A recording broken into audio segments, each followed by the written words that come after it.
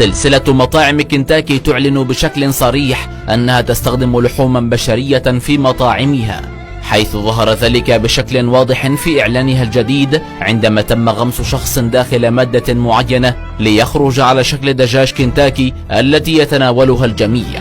إعلان جديد منسوب إلى فرع كنتاكي في المملكة المتحدة أثار ضجة واسعة على مواقع التواصل الاجتماعي. الإعلان تميز بأسلوب غير مألوف مقارنة بإعلانات العلامة التجارية المعتادة، فعلى عكس ما اعتادت عليه مطاعم الدجاج المقلي من مشاهد تبرز الطعام الشهي واجتماع العائلة للاستمتاع به، جاء الإعلان الجديد غريبا ومثيرا للرهبة والرعب.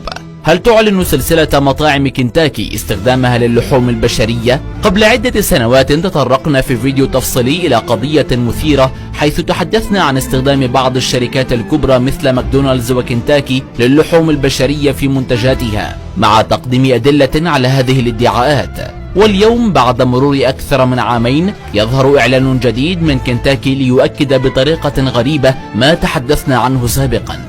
في هذا الإعلان يظهر ديك بعين واحدة ويراقب شخصا غريبا يشبه الدجاجة، وهي تفاصيل ركزت عليها الكاميرات بشكل ملفت، بينما يظهر شخص آخر وهو يرفع عن الأرض بالقوة في مادة غامضة ليخرج منها في النهاية على شكل الدجاج المقلي. هذا المشهد ليس مجرد فكرة مبتكرة للإعلان، بل هو رمز مشوه يبدو وكأنه يشير إلى طقوس معينة. وهناك مشهد آخر داخل غابة مظلمة، حيث تظهر مجموعة غامضة من الأشخاص ترتدي أزياء غريبة وتحمل بيضة عملاقة بينما ترقص بطريقة مخيفة وكأنها طائفة سرية تمارس طقوسا غامضة. ذروة الإعلان تأتي عندما تقود زعيمة الجماعة الرجل التائه إلى بحيرة من الزيت المغلي، حيث يغمر فيها ويتحول إلى دجاج مقلي. الواقع أن الشخص الذي يظهر في الإعلان لا يبدو أنه يشارك في هذه الطقوس برغبته، بل يتم التعامل معه كما لو كان جزءا من طقس مروع يشبه ما يحدث في الطقوس الشيطانية، حيث يتم تقديم القرابين.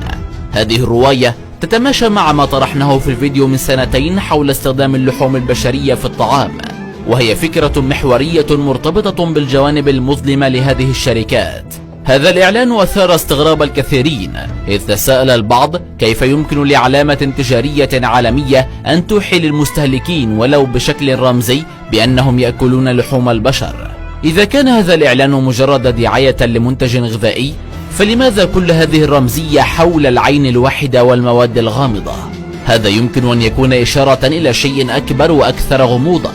فهل تشجع الشركة العالمية على ممارسة طقوس شيطانية أم تسخر من المقاطعة التي تضررت منها بشكل كبير؟ وهو ما يثير تساؤلات حول النوايا وراء هذا النوع من الإعلانات.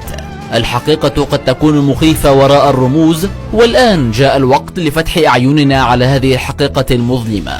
وفقا لبعض التفسيرات، فإن فكرة أكل لحوم البشر ظهرت في بعض الطقوس الغامضة عبر التاريخ، مما دفع البعض للربط بين الإعلان وبين نظريات تتحدث عن تقديم القرابين والطقوس السرية. فمع تزايد استخدام اللحوم الصناعية والمعالجة، بدأت بعض الجماعات والمنتقدين يشككون في مكونات الطعام الذي تستخدمه كنتاكي في أطباقها، مما أدى إلى ادعاءات غير موثوقة حول مكونات سرية أو غريبة، ومنها استخدام اللحوم البشرية التي تضيفها على مكونات البرجر الخاص بها. كما لاحظ آخرون تشابه أزياء الشخصيات المخيفة في الإعلان مع زي بعض الجنود في الكيان الصهيوني، مما أثار تساؤلات عما إذا كان هناك رسالة مقصودة تربط الإعلان بما يحدث في غزة حاليا. هل هذا الإعلان كان مجرد محاولة تسويقية غريبة دون أي دلالات خفية، أم أن هناك بالفعل رموزا ورسائل مقصودة تقف وراءه، أم أن الناس فقط تبالغ في تحليل الأمور من زاوية نظريات المؤامرة؟